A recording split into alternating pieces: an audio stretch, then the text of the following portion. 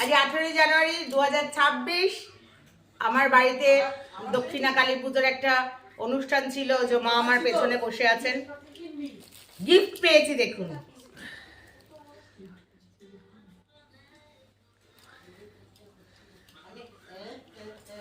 Mekhela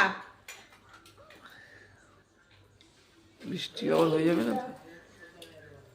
bedsheet,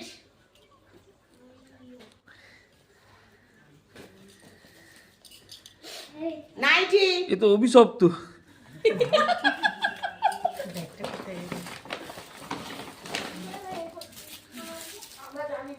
bag.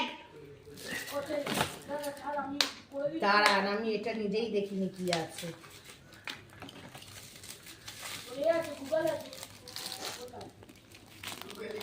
Necklace.